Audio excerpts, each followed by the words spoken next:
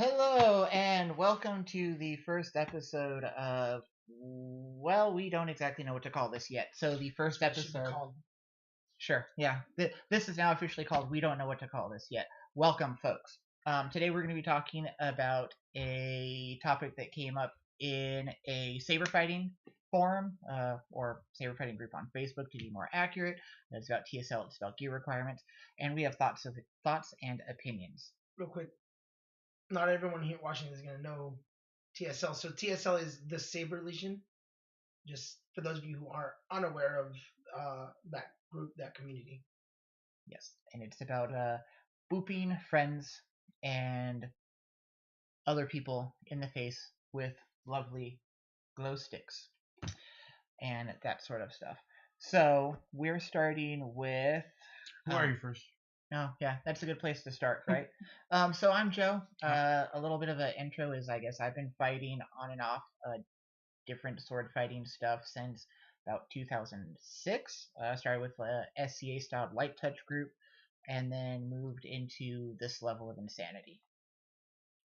I'm Kevin. I've been only doing Saber Legion for about two and a half years, and it's pretty much my only weapon combat experience.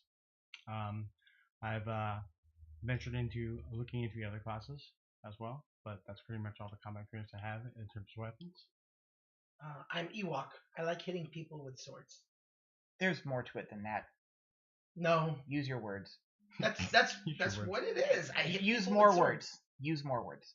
Use more words. More words. I like. He did use more words. He Right? did. I hate him. Every fiber of my being. So Already, I'm regretting this. fair enough. We're canceled. Yeah. Demonetized? Not yet. No. Okay, so So we're gonna start off with starter gear. Is it a good idea? Is it a bad idea? Is it a waste of money? I know some people say you should buy once, and it should be your permanent buy. I personally think you should start cheap because this can get expensive. Figure out if you like it and if it's a thing you want to continue to do. A lot of my gear was acquired at Play It Again Sports. My first set of gear was a hodgepodge of lacrosse and hockey gear. And I guess should I go into showing what the gear was, or do you guys want to talk about kind of your opinions on the thought of starter why don't gear? you start bringing out the gear and we could just keep the flow going. Okay. At that point. Let's start at the top with the head, I guess, right? So everybody, and if everybody else wants to go, everybody has a mask. Masks are generally unpainted. We get fancy. We paint them. My mask is a callback to Red vs. Blue and a reference of a old nickname I used to have in a different sword fighting group. And a lot of people tend to paint their masks. Yeah, you pull out the tongue, guys. Yeah, they do. Boom! Kickstand. A lot of people tend to paint them with things they like, as Kevin did. Ewok or EJ, similar to me, in his starter mask is a callback to a old name he had in an old fighting group that we used to fight together in. Yub nub. Yeah. That's mask shroud gives you back the head protection since Ewok is giving us a fashion show, and I can talk, I swear. Yeah. So I guess we'll start talking about, like, as we go with gear, what we started with, and what actually pieces we have on that you need for tournament gear, I guess. Yeah. So Okay. I went to go grab a. Gorget. This is mandatory neck protection. It's a gorget. Real quick, can I comment on the whole mindset of buy once and Yeah. you don't mind? That's a rich man mentality. No, I agree. Like one of the issues that I feel like a lot of people who want to get into saber fighting but don't, one of the things they run into is they don't have the money for the gear. So if you have the mentality of, buy the nice things right away, like, you can't afford that. It's already a bit of a steep entry fee for full gear fighting, so make it as cheap as possible. Lightsabers aren't exactly. Also, too, what's going to take an effect of buying once and never buying again is that you're going to buy this gear. You're not necessarily going to know it's going to work for your body style, your fighting style, many of the factors that come into play at that point. Yeah. So, though, in the end, there is one thing that you will want to, like, spend a lot on right away before anything else. It's these. Yeah, you well, want one of these, buy a nice one because it's your protections. Your head is probably the most sensitive part of what you fight with. So I think someone shouldn't mind spending a lot of money on their first helmet because no, I agree protection. with you. It's your body's computer, for lack of a better term. Yeah. Both Ewok and I have Blue Gauntlet helmets. They're not a sponsor yet. Kevin, I don't know. My brand is crap. What is it? Guy doing a It's stretch. no, it's a I have it on here. It's a blade. Show them a picture of what I'm talking about. Guy doing the Yeah, stretch. That's the the guy brand. doing a stretch right there. That's the brand. Can't really see it, but yeah. So mine's blade, and talking about like getting cheap gear. So this was part of my first set of gear when I first started, and I basically got this off of OfferUp app. I found a lot of my gear off the OfferUp app, basically. I spent about $120 in gear for my first starter gear, not including my Saber. So that's pretty much covered from head to toe. You can get out really cheap if you shop around like used sporting goods stores like Play Against Sports, as Joe said. You look on OfferUp, Letgo, all those buyer seller apps. You will look for hockey gear, lacrosse gear, gloves, anything basically that's going to help you protect from impact protection. And I say impact protection because that's mostly what is our fighting style that is considered impact protection. You can use a lot of SCA and HEMA gear, but you may find that it's not as comfortable as using other types of gear. And we'll get into that later as we discuss the gear more, I believe. Or at least with how some of us here are deciding to move the direction of the gear we're transitioning from to. We're going to turn that stuff later. Yeah. Blue Gauntlet helmet started around $40. If you're wondering, not bad. I've had my mask for about a year and a half, 2 years. Ewok the same. Kevin, I think, has had his about as long as well. I've had mine for 2 years. Yeah. I hate your puns. So moving down. Yes. No, I'm not high-fiving that. Moving down. I got one from him. This is tournament required stuff. So you need the gorget. Collapsed windpipe's never fun. Bruised windpipe, I'm sure, isn't fun either. Yeah. So this is metal. So in terms of getting started, that's not a necessary piece of gear. This is only for tournament play. True. Your necessary piece of gear is pretty much going to be to get started. I would recommend just fencing helmet, chest guard, elbow guards, gloves, and your saber. And personally, to me, gloves and helmet are the only necessary entry if you're just learning how to do it. Because so long as like Joe and I originally first started with very light touch Shinai fighting group that we didn't even wear helmets. We just wore gloves. Gardening gloves were good enough. Gardening gloves were good enough. Yeah. That's how hard you should be hitting. But that's where the majority of our experience in sword fighting came from. Like, if you want to just learn how to fight the basics, and it'll also teach you control when you're fighting with your friends, with that type of minimal gear setup. You just need the helmet and the gloves because your fingers are super easy to get hurt if you don't have protection for that, and your head is super easy to get hurt. So yeah, I think that's the minimal you should start with just to be able to even learn to fight. Yeah, so if you wanted to go bare minimal, that's what is recommended. If you want to be comfortable, I would suggest getting as much gear head to toe, because when you get out there and you're actually sparring with somebody, the first thing your fear is going to get is you're going to be afraid to get hit. But if you feel fully armored and you feel that you're protected, you're going to have more confidence going out there actually trying to receive the hit as the time goes on. Very true. So we got the buckets. Brought up a gorget briefly. Since Ewok's modeling his, why don't we just cover the last bit technically of tournament required gear? Okay, that's fine. It's not necessary to start, but this is back ahead protection. Yeah. So go with yours. So I got this full overlay, as people call it. It's this is a Lynx brand, which is sold by my friends at South Coast Swords. They're not a sponsor. This not is yet. An advertisement. Not yet. This is actually a HEMA overlay for my fencing helmet. This is completely acceptable in longsword HEMA fighting. This full setup isn't actually required. I like it because number one, aesthetics. It it looks cool. You just want to be an Ewok ninja. Shh. Ewok Ninja. I'm sorry. But you don't need to tell them. the only like Ewok Ninja that is like fat ninja would be like the Beverly Hills Ninja.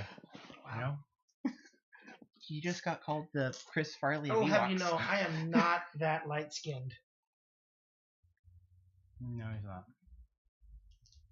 Anyway, it has that full back of the head protection, and the other thing it does is it dampens it when you take those like Bell head rings? ringers.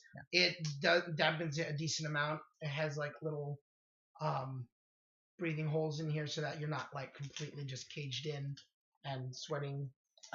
In addition to that, there's a half overlay that basically everything from what would be about this far down on the mask is gone. So the like shroud, collarbone, neck protection is gone.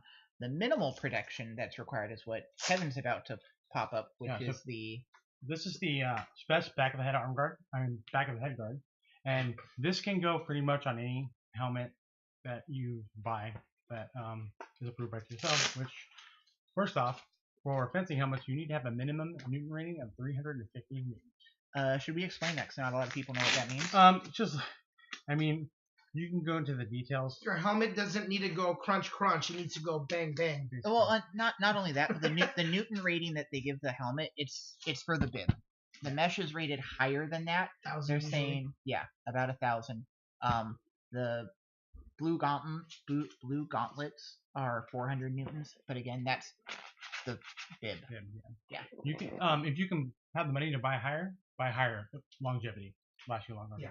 I mean, this was my starting helmet. I'm still using my starting helmet. It's one of those pieces of gear that, I mean, there's not that much modification you can do to it, especially in Saber Legion. So you might as well buy nicer price. Just make sure you're getting the right size for yourself. Yeah. Yes. So the best thing to do is if you have a charter that's starter gear, try on the different size helmets. Yeah. If you know anybody who has a helmet, try on the different sizes. Because nothing sucks more than going like.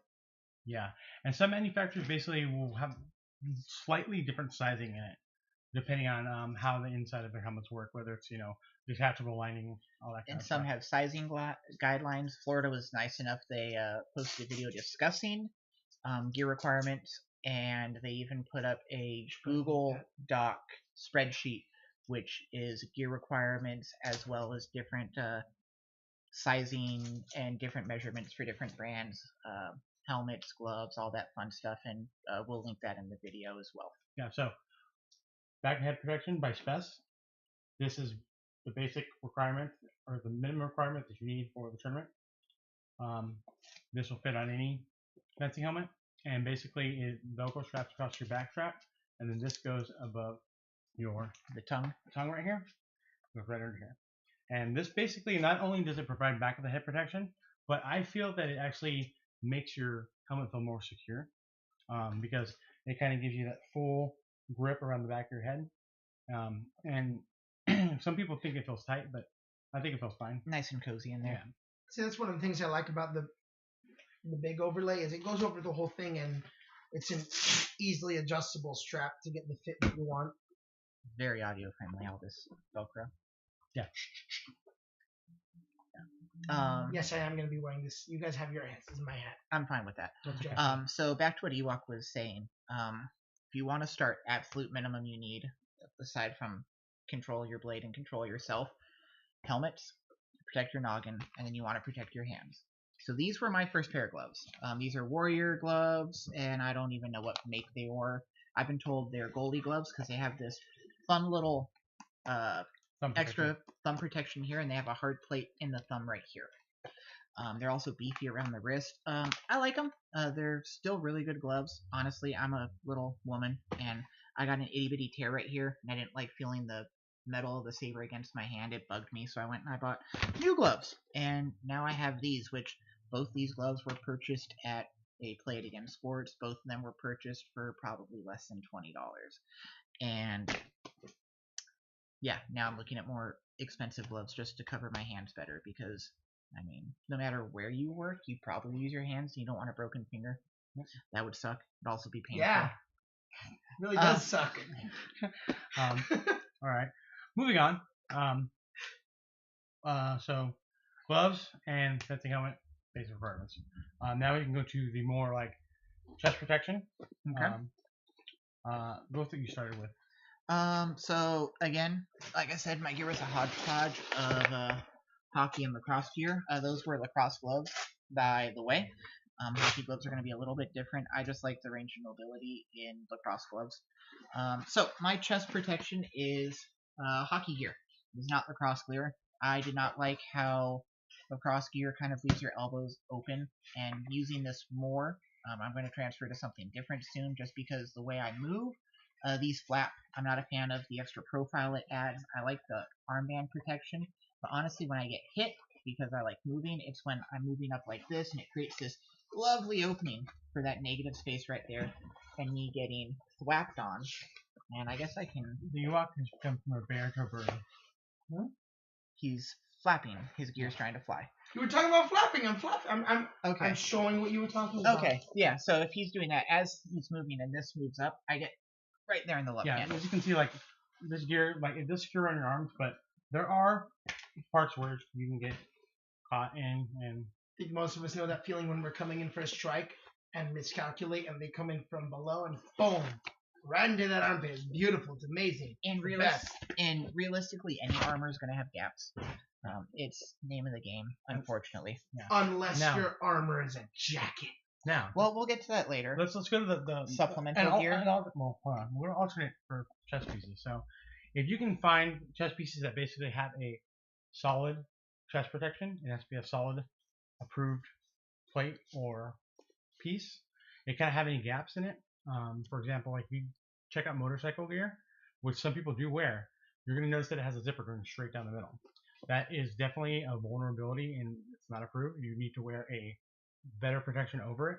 Basically think you want a solid piece over your chest, especially your sternum, and that zipper happens to be right here. With that said, my motorcycle jacket took me a while to pick out, and I did it for a specific reason, because it does have a full plate on the front of it with no zipper in the front. I ran this by TSO when I went to Minnesota for my first Minnesota fight. And the people you would ride by gear by will be Aaron Riley. Aaron Riley will tell you yes or no, but basically rigid sternum protection is what you want. If it does not have rigid sternum protection, you can get something like this is a fencing, pretty much I think called a plastron breastplate or breastplate. It's a low profile fencing chest piece basically, and you can wear this completely underneath your armor. So those of you who ended up buying those motorcycle jackets, because you can usually find them, especially on like Wish, for like $10. And they are good because it's basically like a jacket with a lot of protection on it. It's just that sternum. So if you wear this underneath, which at first you'll feel it, but you'll get used to it, because I've been wearing this for my fighting lately, and this will completely have you covered. So you can still keep the aesthetic too of having that motorcycle chest piece, because let's face it, all of us are a little bit like, we want to look cool while we're fighting. What's the point if you don't look a little cool while you're sword fighting? Right, as the painted masks. As the painted mask, that also goes into comfortability and the way your body moves, which we'll get into later. And confidence in your gear. Yeah. Also too, supplemental gear that you can use for additional protection are things like a padded shirt. Just in case you feel like you don't have the right protection on your chest piece, you can get these padded shirts off like Amazon for like $15. Yeah. And what they do is they basically just have like padding all around the more important areas, like your stomach, your shoulders, your chest, which this one has an additional chest protection on it, which if I can get it the right way. I think it's like half inside out, half right side in. It's winning, man. Well, Kevin fixes that, so I have one too. And they're part compression shirt, part padded. I got mine because I had this. I was hoping to cover that squishy spot on my side. Doesn't quite do the job. If you have something like lacrosse gear and you want extra on your shoulders, it has that. And you shouldn't be showing your back to anybody, but it has that on your lower back. Kevin's has a little bit more padding than mine. It's a little more generous. Yeah. I have some stuff up in the shoulders, across the collarbone, which is a concern for me. For some gear. And obviously with your chest protection, you have to have back protection as well. These all qualify so far. Now, it doesn't have to be like your back protection. Don't think has to cover your entire back. It's pretty much the same area that it would need to require for the chest. So don't think like, oh, I don't have anything on my lower back, I can't fight. You'll still be allowed. Yeah. So chest protection with adequate back protection. Okay. Going down the body to the other place? Yeah, that's a good place to go. So again, switching to me personally, I was in Hockey Land and I found myself back in Lacrosse Land. I didn't like how short the hockey pads were. Yeah, and also I didn't like how rigid they are. Like they go up like this, and I didn't like how it felt like it was fighting me. So Every I got time these. you do a full extension of your arm, it feels like the elbow is just sticking straight out. Yep. Yeah. So then I bought these, which are too big, so I fight with them anyway. So go me, you know. So Sucks these to suck. provide probably the cheapest and worst agility. These probably would be the best agility, but a little less protection, I would say, because they're not as rigid. Yeah. The same brand.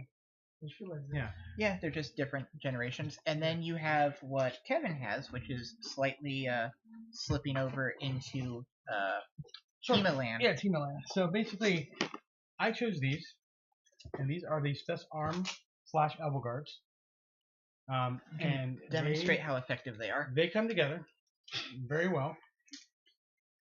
And the reason why I chose them is because I got sick and tired of my elbow guards slipping up my arm and basically just moving all over the place. I wanted something that's going to feel really secure, and it's going to feel like it's one part of my arm and not I guess you could say like a brace, because a lot of the hockey gear is like a brace. It keeps your elbow in one position, and for sword fighting, you need to have full extension. And see, watch. Kevin is not afraid to get hit. With a foam sword, I get hit by one of these swords. I'm not afraid to hit at all. I can arm block with these if I wanted to, but it would be a hit on mine and get a point scored. So no. But yeah, I've been super satisfied with this piece of gear, and probably my favorite piece of gear I bought so far. Just for reference, those are built like Spez gear. That's built to be able to take like steel longsword. So it's more than enough for what we need for Saber Legion. We'll be super safe with it. But being at a fairly cheap price point for them too as well, to come with the elbow and the arm protection. I mean, you're getting a lot for the value that they are. Again, Spez, not a sponsor. Soon though. Yeah. They do come in they come in a pair too, and I think they run about $50, but you will have to pay for international shipping. Yeah, and those are depending on where you go. So there's U.S. sellers. I think Purple Heart Armory, WoodenSwords.com. They sell Spez stuff to the U.S.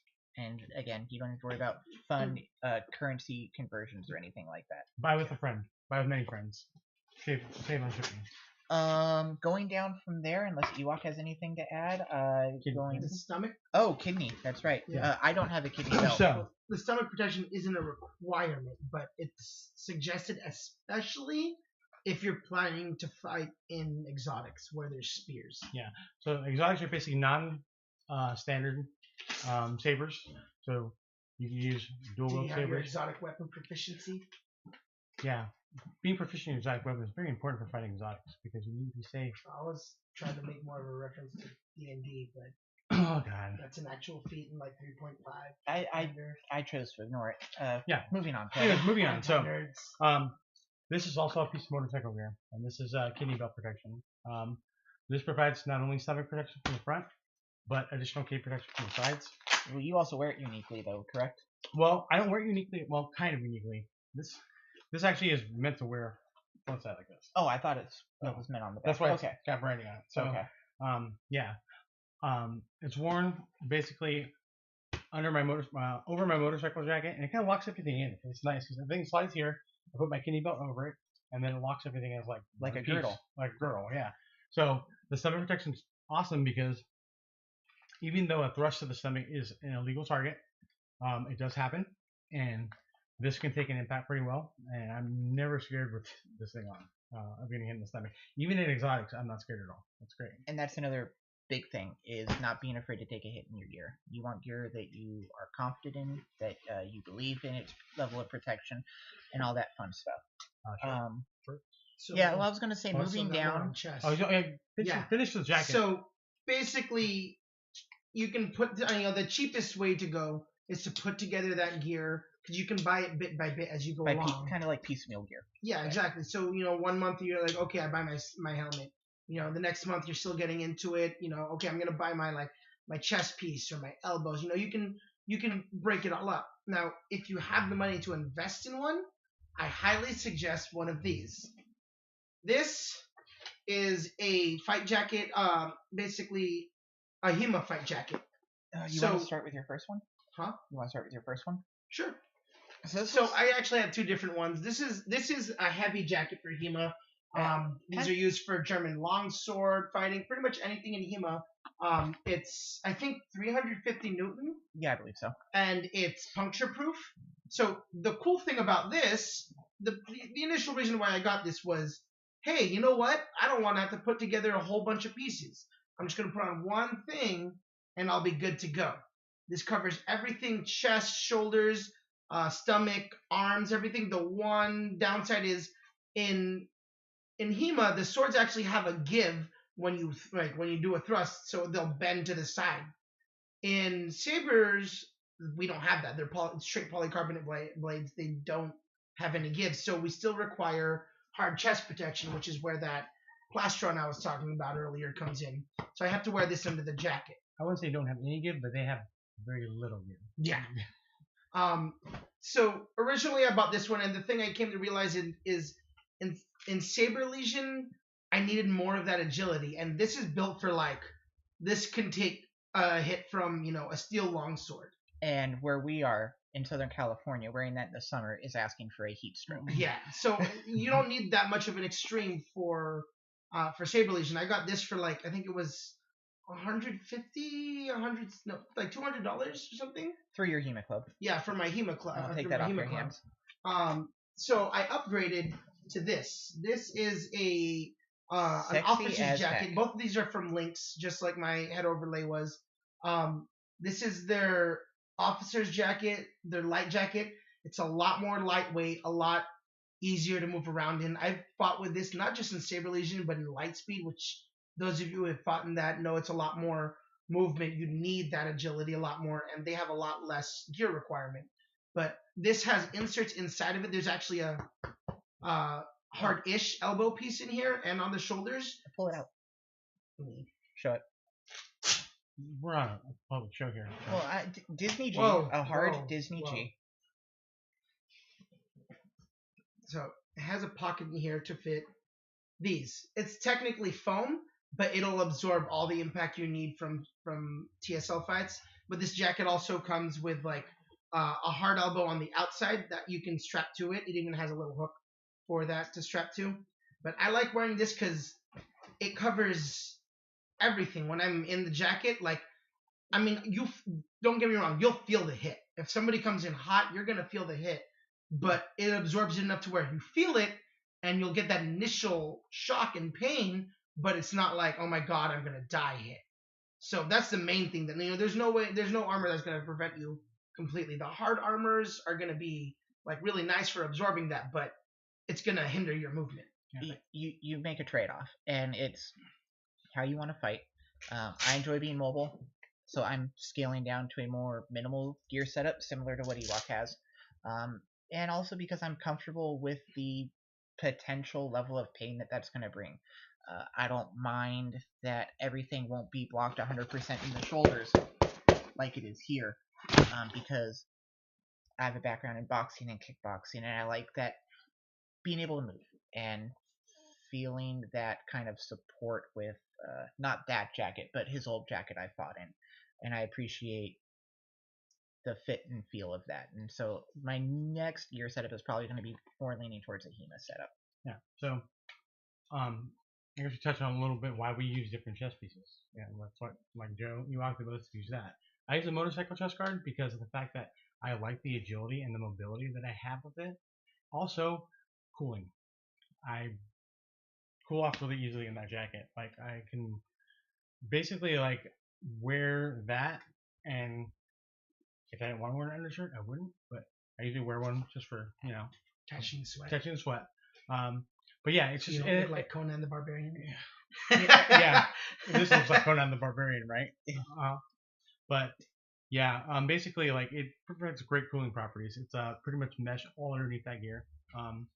And yeah, there is a lot of gaps in it, but the gaps I'm very comfortable with where they're at because they're not well-known areas to get hit in.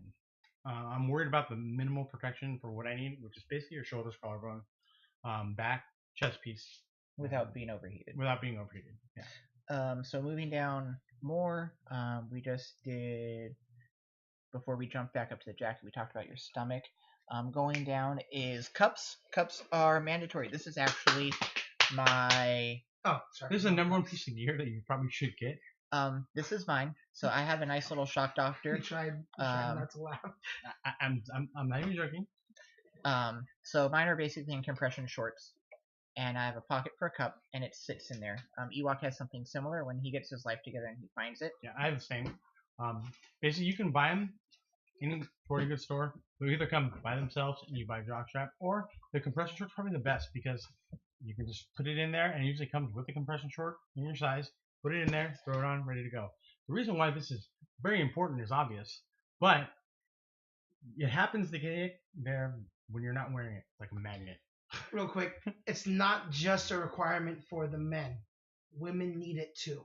And it may seem silly but to some of you, but there's a legit reason why a woman would want to wear a cup. And it doesn't just hurt for men to get hit down there. Unless you don't care about your reproductive organs, you don't want to have children or use them for pleasure. And you wouldn't use the same kind of reuse. Women have a different design of cup. Yeah. And I've seen some people complain they're not comfortable. Well, it's not comfortable for us to wear the cup either. Yeah, but it's funny because when you don't have a piece of your body covered, it's a magnet for getting hit. Yeah. Every time. At least once practice.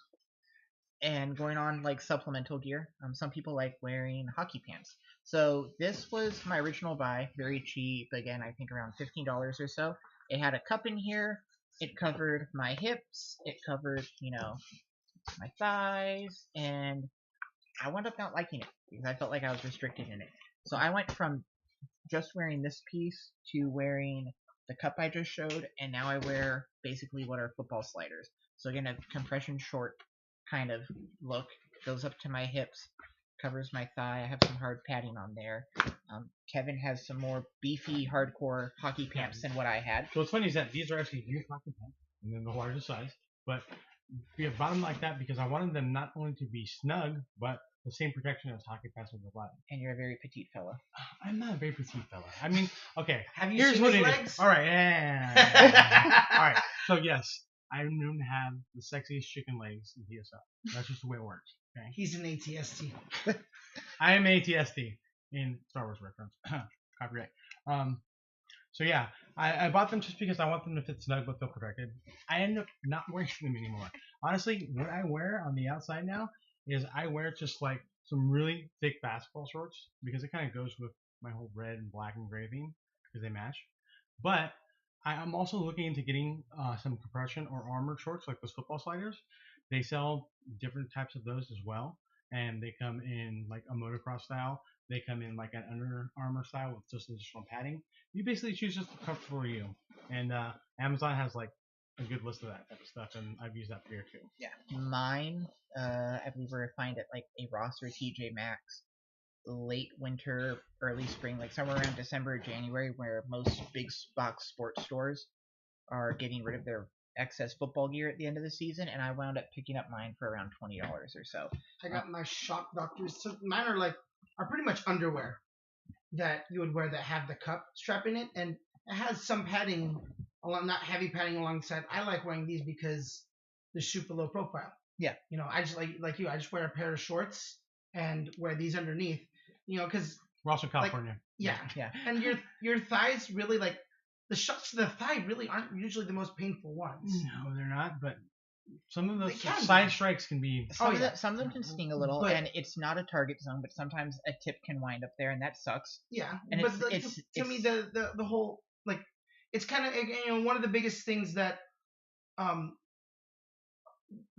of the ways an unexperienced fighter tends to test a newbie fighter is going for legs. I'm not saying going for legs is never good, but usually shots to the leg are like the harder ones to get because you leave yourself so Well, and that's exposed. also why all of us have scaled down that protection. It was too bulky for us. We weren't a fan of it. So we all went to something more streamlined, but we still want some level of protection there because shots can land. Yeah. But they're less likely than other places. The frequency on of your body. it's so low when you practice and practice and practice and practice and practice and practice and practice more. And then you practice after that. Yeah, I mean, you just tend not to go for the shots. Yeah. They're just not. I mean, I make it a habit of practicing 8 days a week.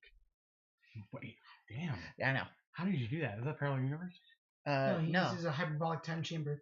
Okay, fair enough. So PPG. Back to mandatory gear land. Those shorts technically are supplemental gear. You don't actually need any. The cup is not though. Yeah. The cup is required, and get that like almost first. Yeah, that should have been top 3. Mask, gloves, cup. The few times I've forgotten to wear my cup. You got reminded. Mm-hmm. Not from like just like intentionally doing it, but like accidents It happen. just happened that one. Blades grazes. Usually something goes like, I'm like, woo! Oh yeah. Yeah, you get reminded real quick. I'll be right back. Yeah. Moving on to leg protection, I think we all bring something different to the game. All right. I use what a lot of people in TSL use and what is popular in HEMA, apparently. And also they're plentiful because you can find them in any store and your store for fairly cheap. These are baseball catchers' shin guards. They're going to fit, like that. I got these because I thought in a perfect world these were going to rest on my thigh, give me some extra protection up there. Because again, I wanted to get rid of my big, bulky hockey shorts, and I was like, this is the way I'm going to get extra padding in here. I hate it. I don't like it. I'm in the market for new leg protection, either something that just comes up to here or something that stops at this piece here. But again, because the way I move and how much I move, I feel these jostle. I feel like I'm picking them up all the time. And that's part of gear. You want your gear to work and you don't want to think about it. If you're thinking about it, it's distracting you from the fight. And so I am... Comfort equals confidence is what I like to say. Yeah. So I'm in the market of potentially trying to replace these or finding a different solution or a different brand of these that fit me better. Ewok has, well, I'll let him explain what he has. I pretty much have, I'm pretty sure these are hockey shin guards. They are. I have used these. This is my initial starting gear. The only reason I would change it is honestly because of aesthetics. Like, I know I said that quite a few times, but I want to look cool. And I have an all black top, this overlay and all that, and then white legs. It looks kind of silly, but these are solid as all get out, and it's one, it's kind of the opposite of Joe's shin guards because his are meant to like conform to the leg. I actually like these for the fact that they don't do that. Like when I lift my leg up, it'll actually stick out like a little bit, but the likelihood of somebody like wrapping around it and getting their blade inside that area is like, it's astronomical. It's not very likely to happen, and if it does, I'm gonna like pat that person on the back for making such an impossible shot. But my other favorite thing is they're very padded on the inside. So a lot of people who've seen me fight, usually when I'm on the sideline waiting, my boy Christian said he saw me doing that, and he was like, "Whoa!" I'll kneel down right next to the arena, and it's not so much that I'm trying to concentrate as it is it's comfortable in these. Like these are like padded to where I sit down on my knees in a knee, like the Japanese, like I guess kneeling position, and it's actually super comfortable with this because of the way they're padded up. All right. Well, I kind of bring like the in between these ones, which are motorcycle leg guards. You'll see a lot of people use the Fox Racing ones, which are very popular in TSO, I believe. Also expensive, I'd assume. Also expensive, yeah. I mean, they go upwards of almost like $100 at some points. Brand new. These are Fly Racing. I got these off a website called RevZilla.com.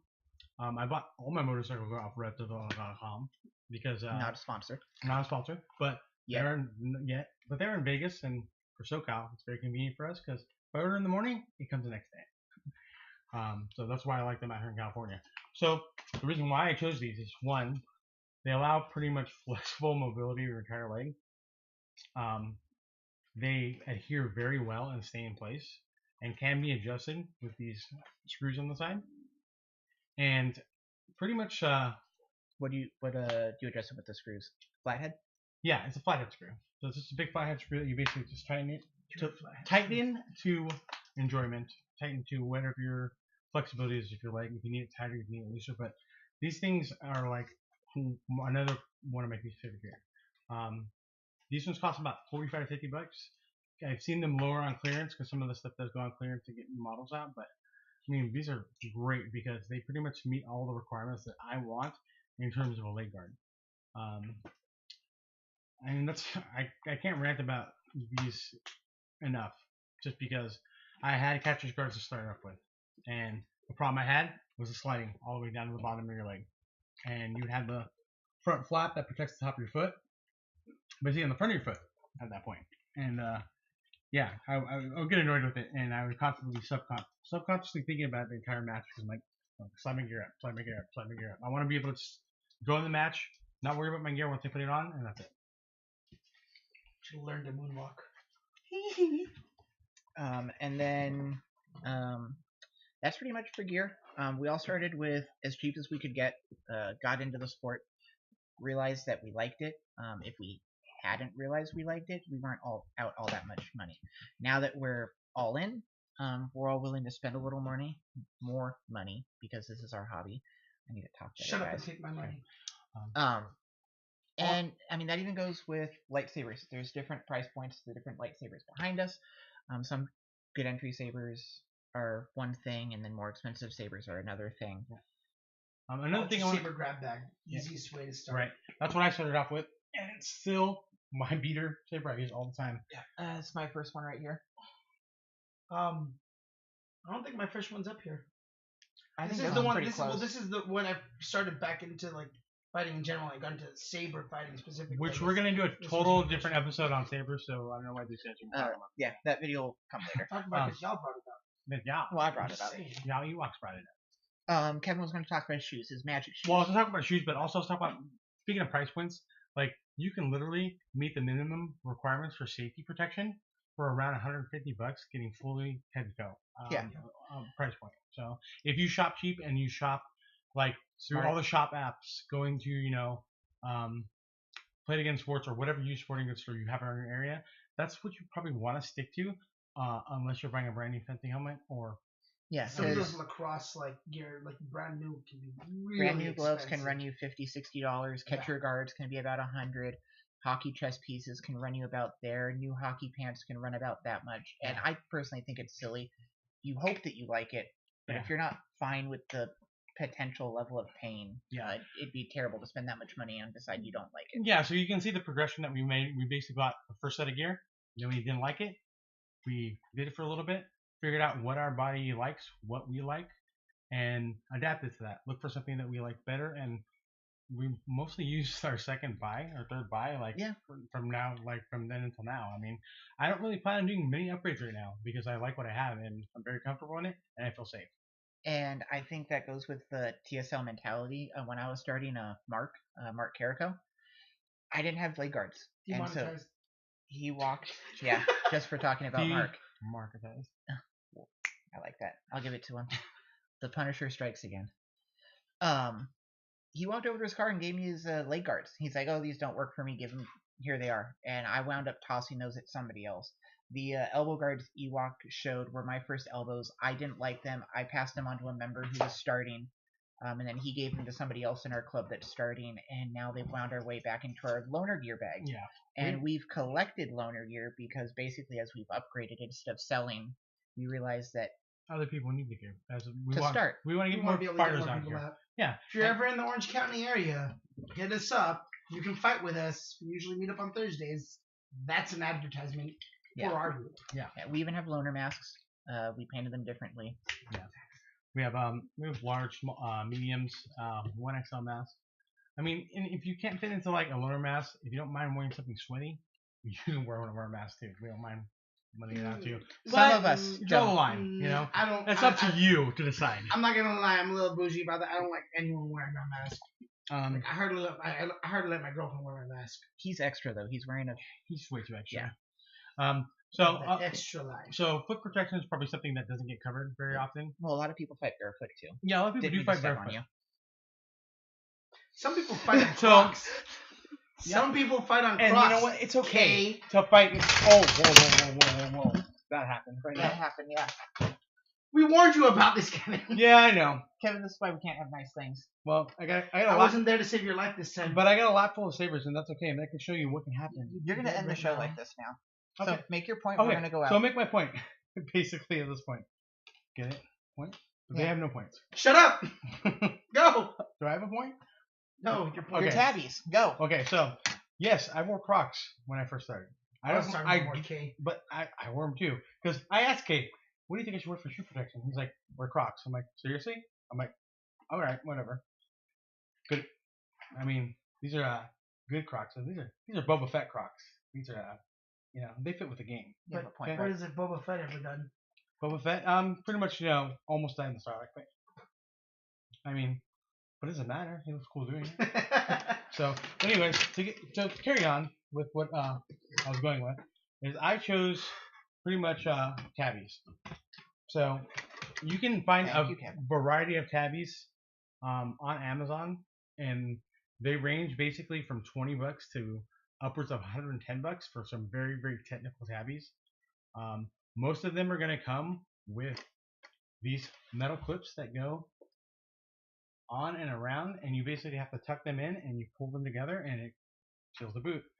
They can go from thin sole or very thick soles, which is the ones I like. Oh, what's all that about? Oh man, we're just having all kinds of weird problems this first episode, but it's great. Yeah. Okay? Pilot. Pilot. Hopefully we get picked up, guys. Picked up by who? Who's picking us up? I feel bad for whoever picks me up. Why? But Heavy. anyway, I think that's all the TSL gear. I think we covered all the main talking points. I hope it was at least adjacent to informative and helpful. And I think that's it, unless I was trying to think of anything that we may have missed. What do you? So, yeah. If you guys have any notes on that, let us know. What kind of gear do you fight with? Share with us in the comments. Let us know what you think of our gear setups. If you disagree with us, let us know, because we're more than willing to debate and bring it up in another episode. let us know if you agree with the idea of loaner gear, the idea of starter gear. That could potentially be something some people think you should buy once. What you really got to remember is that gear is very subjective. So what works for one person may not work for the next person. But the main point is just to be protected and to be safe. Okay. I will add that if you do have any questions about a piece of gear before you potentially buy it, and you have information and even pictures on it, that you should probably refer your questions to Aaron Riley, since he is our director of training and safety. He can tell you whether it's going to work or not. Pretty much just by giving him pictures or information on the product. He's been like a yes or no, almost directly to questions like that I've seen on TSL's Facebook group for years now, 2 years now. I mean, he really can just tell you, yeah, it's not going to work. No, it's not going to work. He's going to give you a reason for it, and there's always a reason for why your gear won't work or is not approved. And so with that, I think we've hit everything we want to talk about. Again, Florida's lovely sizing chart and gear reference sheet will be linked in the video. Thank you for suffering through all of this and the pilot episode. We promise episode 2 will maybe have a name. Not like the prequels, though. No. Granted, this should have been not episode This should have been episode 4. Yeah. And episode 1 should have been us introducing. Me hurt so badly. It's alright. At least our sabers later. Thanks, guys.